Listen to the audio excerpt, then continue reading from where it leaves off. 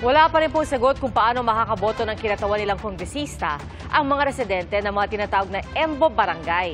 Ang diskusyon sana tungkol dyan sa Senado ay nauwi po sa sagutan ng dalawang senador sa sesyon. Saksi, si Mav Gonzalez.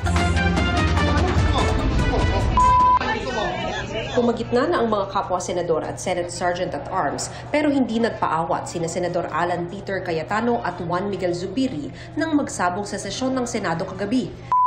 Sindak ka na sindak dito eh. Wala akong pakialam sa pumoto dun eh. Sinabi mo yun. Interest mo lang iniisip mo eh. Gusto mo ipapa-infit ano mo kami? Sabi ko sa'yo? Sabi ko, pare, baka pwede pakiusap. This is too important. Nagsimula ang pagtatalo nang hilingin ni Cayetano na talakayin sa sesyon ang akda niyang Senate Concurrent Resolution No. 23.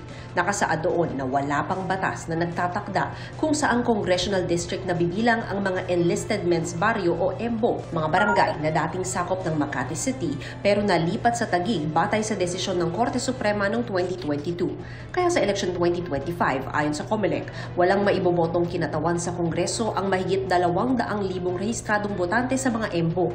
Iminumungkahi ng resolusyon kung saan distrito isasama ang bawat EMBO barangay dahil urgent daw ang sitwasyon at malapit na ang filing ng Certificate of Candidacy. Pero kwenestyon ni Zubiri ang pagtalakay nito. This was not in the daily agenda, and this particular issue is on the disenfranchisement of these 10 EMBO barangays. However, Your Honor, I'm trying to get in touch with our colleague who is from Makati, and I do not know, does this have any implication to Senator Binay's I can state for the record, Mr. President, it has nothing to do with Makati anymore.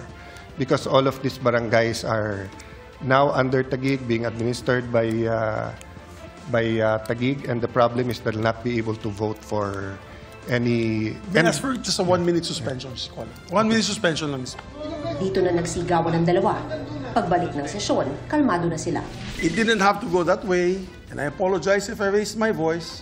Okay, ang akin dyan, if it will help you, maybe we can pass this, we can take it up tomorrow. We did give due courtesy to Senator Nancy, even if this involves barangays that are no longer part of Makati, but because the chair thought it used to belong to Makati, we cleared it with her. The response was, she can confirm or deny the same tomorrow. It has nothing to do with Makati because it has everything to do with Taguig. 1998 ko pa kasama si Senate President Zubiri. So siguro we're entitled one heated argument, which is tonight. Sa huli, nagbati at nagyakapan ng dalawang senador. Inadopt na rin ng Senado ang resolusyon na hindi naman isang batas kundi naghahayag lamang ng sentimiento ng mga senador. Kanina, nagbiro si Zubiri nang madaanan si Senador Nancy Binay. Sabi ni Zubiri, miscommunication lang ito na naiwasan sana kung may konsultasyon sa mga senador. Yung in-explain naman niya, it's just a mere request of Congress, then okay. We already agreed with what happened. We already agreed that I think we shouldn't let our emotions run wild. Tumanggi ng magkomento sa issue si Cayetano.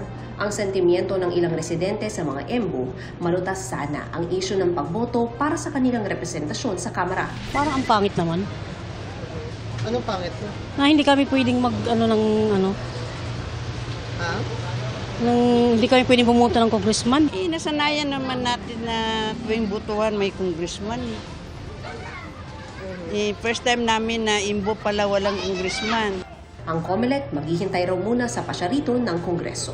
Para sa GMA Integrated News, Mav Gonzalez ang inyong saksi.